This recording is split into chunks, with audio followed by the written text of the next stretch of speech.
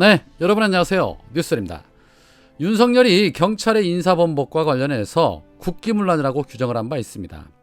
또한 고용노동부에서 장관이 발표한 근로시간제와 관련해서는 정부의 공식 입장이 아니라고 기도 안 차는 말을 한 바 있지요.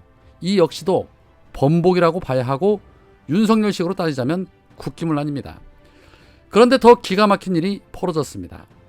얼마 전에 서해에서 북한군의 총에 맞아 숨진 월북 공무원에 대해서 해경은 문재인 정부 때와는 다르게 월북이 아니다라고 발표하면서 기존의 입장을 번복하고 대국민 사과까지 했습니다.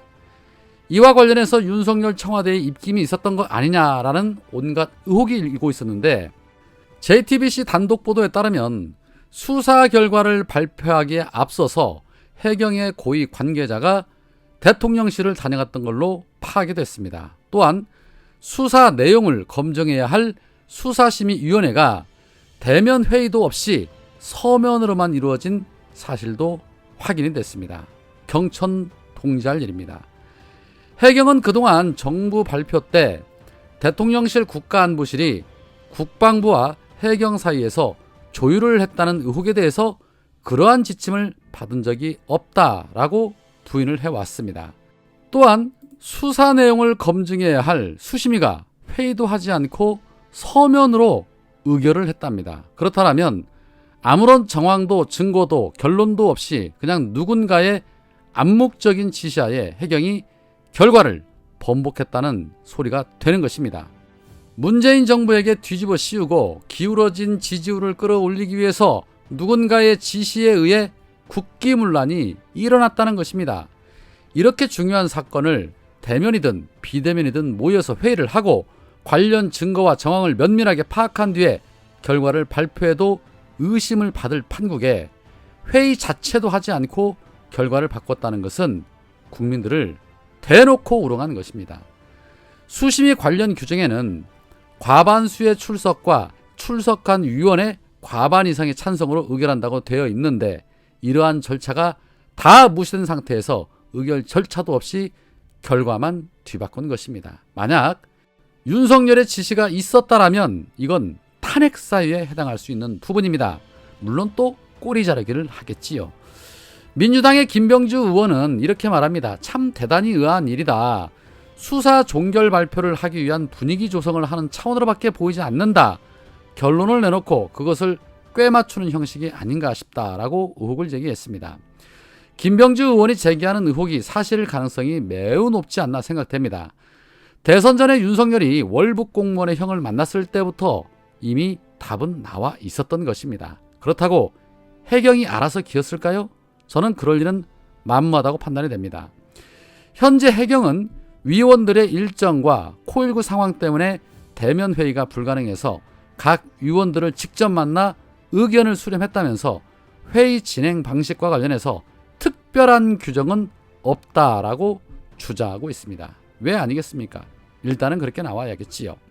저는 또 하나 의심스러운 것이 입장이 번복이 되었다라면 관련자들에 대한 책임과 함께 징계도 뒤따라야 할 텐데 징계를 받았다는 보도가 없었습니다. 수상해도 많이 수상하죠. 윤석열 취임 겨우 50여일 지났는데 정말 나라 꼬라지가 난리도 이런 난리가 없습니다.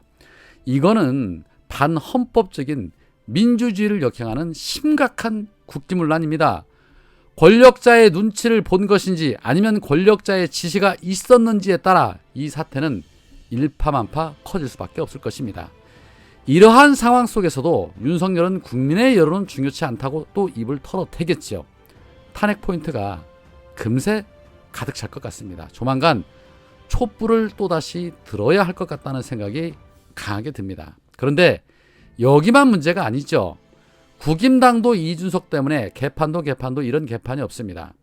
당대표가 9개월 동안 수사를 받고 있는 상황인데도 아직도 뻔뻔하게 대표직을 수행하고 있는 것도 이해가 안 가고 거기에 최고위원인 배현진이 이준석과는 회의하기가 낯뜨거워서 회의를 참석하지 못하겠다면서 최고회의 보이콧까지 선언을 해서 어제 최고회의에 불참을 했습니다.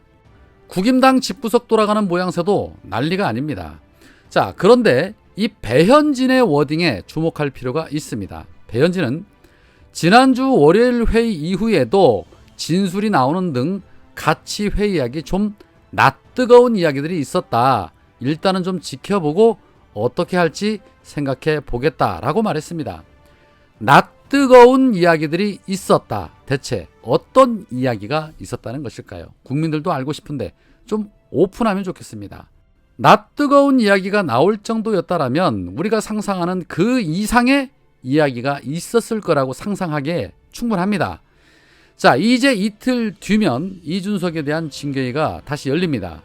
윤석열의 입김이 작용을 할 것이냐 아니면 이준석을 쳐낼 것이냐는 윤석열의 의중에 달려있다고 보여지는데, 떨어진 지지율을 만회하기 위해서 이준석의 잔대가리가 필요할 것인가 아니면 더는 이용 가치가 없다고 판단을 할 것인가, 이준석의 운명이 내일 모레 결정이 됩니다. 이왕이면 좀 안 보고 살았으면 좋겠는데 이준석이라고 해서 윤석열의 약점을 모르지는 않겠죠. 그렇기 때문에 결과가 어떻게 나올지는 끝까지 주목해봐야 할 듯합니다.